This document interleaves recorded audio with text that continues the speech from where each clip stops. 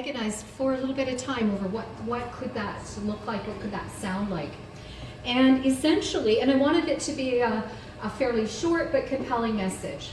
And so after a fair bit of work, internal mental work, really I boiled it down to 2 writers' mantras. Write what you know and write from your heart. And what that allowed me to do is, and I love this because it's silly, that allowed me to move forward with this forward. So what I'm going to do right now is I'm going to read out loud the forward from the book. And can I just ask for those of you in the back, can you hear? Yep. It's good? All right, beautiful. So forward, November 26, 1970. A 9-year-old girl in flannel pajamas is awakened by a hand on her shoulder and a soft whisper. Her younger sister, asleep beside her, stirs. Shh, her dad says. Just wanted you to know that you have a new baby sister. Drowsy with dreaming, she murmurs back, that's nice, Daddy. Are you and Mommy happy about that? And how is it that this same girl at 17 years of age is diagnosed with a stomach ulcer and spends many evenings picking layers of scabs off her 8-year-old sister's scalp? Stress-induced psoriasis, the doctor says. Coaxing her to sit still, keeping them both distracted with stories, she lovingly rubs ointment on the oozing sores. And then life happens. Present day. I have been teaching a course in suicide intervention for many years. On the morning of day 1, we break into small work groups and we spend time talking about our experience with suicide. As a senior trainer, I am especially mindful of what I choose to share, knowing that I am charged with balancing safety and challenge for the participants. I also have a responsibility to ensure that I am not perpetuating any stigma related to suicide. Sadly, I have numerous examples to draw upon, and one that I find myself using fairly often is about my sister Connie. I give a carefully worded preamble that highlights a family tragedy, my sister being taken away at a very young age, and her struggles with belonging, addiction, and suicidal behavior. I tell the group that I recall a time many years ago when she had attempted suicide, and one of her doctors spoke to me outside her hospital room. He said, "Your sister is chronically suicidal, and she will never get better." Really? I end my story by saying how untrue those words have proven to be. I tell the group that my sister is now a mental health therapist with a master's degree in clinical psychology, and how after years of unbelievable struggles, she is living her dream on the west coast of British Columbia. She has a wonderful family, 2 amazing daughters, a loving husband, many dear friends, and a meaningful career. This is the story of my baby sister, feisty, funny, fiercely devoted to family and friends, and an incredibly courageous, resilient, and beautiful woman, really. Make me cry, Theresa. All right. I will try not to lose my voice, and I would like to thank everyone who showed up here today. So many familiar faces and people I care about, and new people who came from far away, and my dearest loving family. I've wanted to write a book about my life for most of my life. I have been a writer since my dear big sister taught me how to write, before I even went to school. My first stories were about a gang of rebel cats who wore black leather jackets and terrorized their hood. Later, as a teen, I wrote stories about WWE wrestlers, which were often, embarrassingly enough, romance stories. In my later teen years, I also wrote my first stories about boarding school and about running away. And my creative writing teacher, Mr. Bremner from Powell River, he encouraged me to keep writing. Maybe at that point, I realized writing could be therapeutic. And as I struggled through my young life and began to make choices which were often judged, I started thinking that through writing, I could explain to others how I could possibly get myself into such situations. Criminal charges, suicide attempts, relationships that were messy and painful. In this way, I believed writing could somehow help others to forgive me. On some level, I wanted validation and absolution. I journaled a lot to try to understand myself what was happening, to try and get out the big, intense feelings that led to self-destructive thoughts and behaviors. I remember a couple years ago opening one of these journals. It was from 93 or 94, and starting to read. I literally threw it down in revulsion. I did not recognize the writer. Wow, she was messed up. I can read it now because I have finally come to a place where I can understand the tormented thoughts that arise from pain. And I no longer need to forgive her. She does not need absolution. But when I give her, my younger self, understanding, that part of her can now rest in peace. Just gonna have a sip. In my 20s and 30s, I had many abortive attempts to write my life story. I think the longest was 40 pages, and then the urge or the voice would disappear. I knew I still wanted to write it, and I puzzled with my friend Jennifer about why it just wasn't happening. But life happened, and healing happened. And when I was living here in Campbell River and became friends with Miss Pamela Wanacott, lover of books, we had a conversation about creativity. She told me about a book she used to tap into her inner wisdom, voice, and guidance, and which changed the trajectory of her life. It was The Artist's Way by Julia Cameron. I proclaimed that I would complete the 12-week self-directed workbook, and diligently I did. And at the end of that time, I knew I would write this book. So on June 4th, 2018, I told my husband that I would go out to the lake before he came with the girls. And I drove with my dog out to Strathcona. I went for a walk and a swim, and I gathered stones by the shore. I returned to the campsite. I set up my camping chair and then stood and raised my arms in the air, facing the mountain. I felt the cool wind on my face, and I allowed the energy of that place to fill me. I sat down, opened up my first journal, and I began to write. And thus began the writing of Borderline Shine. I wrote primarily at the lake, early in the morning, writing for hours until my hands cramped.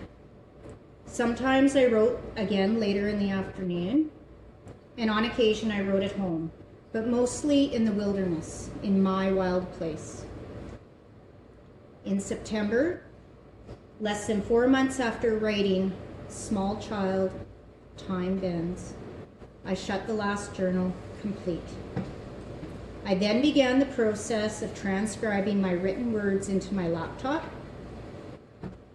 which I did without pause to question or edit. I just wanted to get it down. And that took just about as much time, and I finished in December. Then began the editing, not as much fun. I went through it twice, correcting grammar and spelling and a few structural issues.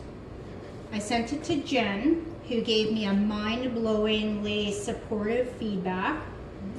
I gave it to Pam, and who, like a hero, agreed to do an edit on the rough draft. But I was impatient, and before Pam got very far, I decided that editing was boring, and I researched how to submit a book for publication. Google suggested sending a cover letter and the first 3 chapters to publishers, and they warned me that it would take about 3 to 4 months to get a response. So I sent it off to 4 different Canadian publishers. 24 hours later, I received an expression of interest from Dundurn Press and a request for the entire manuscript. The rest was a blur of signed contracts, trying to figure out the publishing process, and learning that it was intense weeks of work between excruciating long periods waiting for them to do their part. Back and forth, the work flew across the country as it was shaped and polished into its final form. There were disputes about the title, the cover, but very few actual changes to the book itself. I was grateful that my voice was undisturbed and shocked at the number of grammatical errors that were corrected. Finally, it was done. Then began the grueling process of publicity. So thank friggin' God for Jennifer Conklin, my computer guru. She set up accounts on Twitter, Instagram, and Facebook, and she developed and put in hours and hours on my website. She was the one who connected me to her cousin Kelly Keel, editor of the Powell River Peak, who made this incredible poster for me and got me my first interview in the paper. Jen sent me suggestions for other places to publicize, and I've pushed myself to connect and beg for publicity.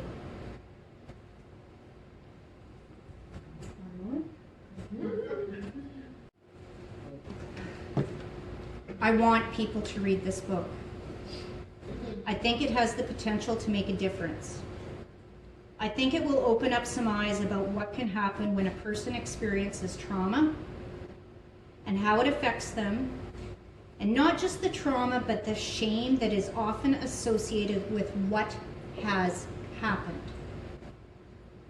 My dad killing my mom had nothing to do with me, but I was marked by this tragedy and labeled, and that instilled shame that shaped my identity and choices for years to come. Shame festers, breeds, and grows in darkness and secrecy, and exposing one's secrets can allow shame to dissipate in the warmth and light of compassion. I want other people who live in shame about their past, about what has happened to them and the ways that they coped, to let go of their darkness. I want them to see themselves as the beautiful, beautiful people that they are. I want the world to let go of judgment and open their hearts to helping those who are suffering. I want a world of kindness and compassion. I want understanding and peace. I hope that Borderline Shine can bring more light and love to our world. I thank you for your time and support. I'm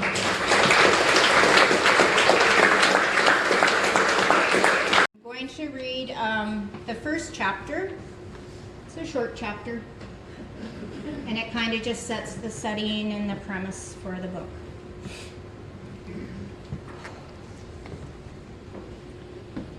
Chapter 1, Small Child. Small child, time bends. I observe. Noise. Rushing, jangling energy. There is my mom. Short, curly, blondish red hair, trying to smile, always trying. She works in the house caring for 5 kids. She is young and pretty. Watching, waiting, laughing. She cooks and cleans, and I watch her sometimes. Special times when she's really with me. Spinning a globe, pointing a finger, laying out a marvelous array of Christmas crafts. I am often merely in her shadow as we tend to business in this small town. At the post office, grocery store, driving here and there in the long green Buick. I recall few conversations, I am a small child, watching, waiting. More often, I am my father's shadow. We drive in the red pickup truck, go fishing, to construction sites, to the gravel pit. He also is quiet, though softly laughs when I do speak. I know sometimes he is sad and anxious. Most of the time he is sick. This dad is not the man crashing and raging, driving his family before him. That dad is a shadow dad the others hide me from. That dad demon is not the one I curl up with, watching hockey, not the one I listen to snoring, that my comfort. Not the one who silently enters my room and checks that I am sleeping safely every night.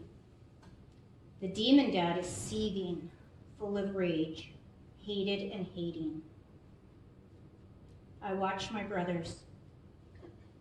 Stephen, the oldest, is quiet, sad, and angry, the growing image of dad, intelligent and sensitive, hurt already. I see Bruce here and there, already trying to escape, his sardonic humor masking confusion and hopelessness. Trying to be strong, though he's terrified, justifiably. Trying to pretend the smacks and the punches don't hurt. I can't help but see my sister Joanne, trapped in a bedroom with me, her bratty, spoiled baby sister. We fight as sisters do. Not fair. I am untouchable, Daddy's girl. She leaves. For her horses, for her freedom, for her sanity. Theresa sees me. Theresa, my sister mother. Nurturer, 2 grown up already. Caregiver by birthright, oldest child. It is known she will go places. She obediently waits her chance. This is what my 8-year-old eyes see, what I remember. There are layers, all players have their stories. This is the cast in my memory, the opening act. The setting is Ponoka, a town of 4,000 in the province of Alberta in the country of Canada. We live in a house that my dad built, decorated in Galarian 70s style. Velvet gilded wallpaper, purple and orange carpet, mirrored tile, and green appliances. This house is the symbol of our success. Look at us, a sweet, hard-working, middle-class family. We fool no one, although the screams and bangs are never spoken of by the neighbors. We don our masks over our shame, hold our heads high. We are Greshners, and any challenge to our pride will mean an instant fight. There are few takers. Theresa teaches me to read and write at a young age. Moreover, she teaches me storytelling. I am often in her bed and we take turns weaving stories back and forth, fantastic and fun. She teaches me poetry. We walk together through streets and fields and woods. She is a photographer. I draw. At school, I quietly gather my A's, following in her academic footsteps. I follow my brothers in their love of the wild. Summers at the lake, jackknives, fishing, and frogs. I am a lover of animals like my sister Joanne. My poor kitten Tigger hauled around in a baby carrier, stalked and imitated as I learned to prowl and growl. I plant seeds of flowers and vegetables with my dad. The whole family harvests, Mom pickling and preserving, an idyllic dream of a perfect family. Then there are the nightmares. Adults, loud and drunk, kids holding their breath. The boys rush out to hold my dad back long enough to get my mom and us girls out of the house. We cruise the streets in the car, lights off, until we park in our grandparents' backyard. We listen to our breathing, too loud, as we see my dad circling, searching, rage growing and reaching out in the dark. My mom's parents, Grandma and Grandpa, live 2 blocks away. We are there all the time. The parents and the parties are there. Also the Christmases, the summer backyard fires, games and goodies. The good and the bad. My grandparents drink too, of course. Everyone does. This is prairie culture. Drinking, drinking and driving, drinking and fighting. Of course, this is the way the world works. Love and fear. Memories are like jewels on a Christmas tree. Some shine bright, glittering and precious. Some are dim and tarnished. And some lie broken in fragments on the floor. I am cherished and often ignored. In the 70s, kids are wild. I am independent. I am okay.